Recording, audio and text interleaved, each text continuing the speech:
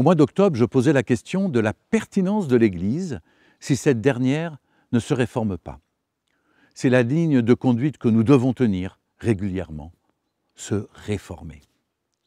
Prendre le temps de la réflexion signifie que nous sommes capables de dire que ce que nous vivons et pratiquons aujourd'hui ne correspond peut-être plus aux besoins. Il me semble que les chrétiens engagés ont une responsabilité dans la vie de l'Église. Nous recevons beaucoup à travers les cultes, les rencontres, la vie paroissiale. Tout ce bagage, nous en faisons quoi? On peut trouver dans l'évangile de Luc, au chapitre 12, au verset 39, cette phrase. « À qui l'on a beaucoup donné, on demandera beaucoup ». Est-ce que nous pouvons nous sentir concernés par cette parole? Que pouvons-nous partager, donner, que nous avons déjà reçu? Pourquoi l'Église ne serait que le lieu où l'on reçoit?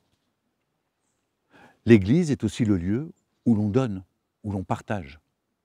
Dans cette période où nous réfléchissons à comment rendre le message de l'Évangile audible aux oreilles du monde, nous avons besoin de chacun.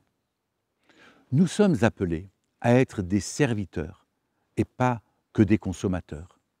Nous sommes appelés à être des audacieux. Je ne voudrais pas que l'on se méprenne sur mes paroles. Être audacieux, c'est d'abord se mettre à l'écoute de Dieu. C'est vivre pleinement la prière et l'action. Si cette dynamique ne s'inscrit pas dans notre vie d'Église, alors oui, à quoi cela sert-il? Le synode régional va avoir lieu dans quelques jours et nous allons être appelés à partager concrètement des idées sur les besoins en personne, en formation.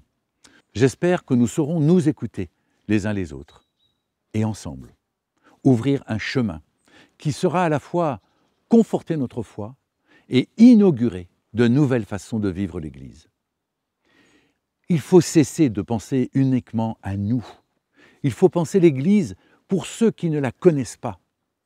Très éloignés ou sur le seuil, nombreux sont ceux qui attendent un geste, une parole de notre part. Nous, les témoins du Dieu vivant.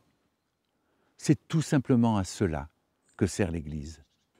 Nos communautés ne devraient être que des portes ouvertes, proposant une écoute et une parole qui console, redonne de l'espoir, pardonne, aime et se confronte à la vie.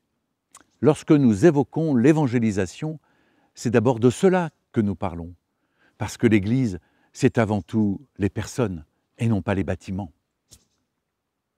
Alors, chers amis, ensemble, rendons grâce pour ce que nous vivons dans l'Église et partageons-le joyeusement.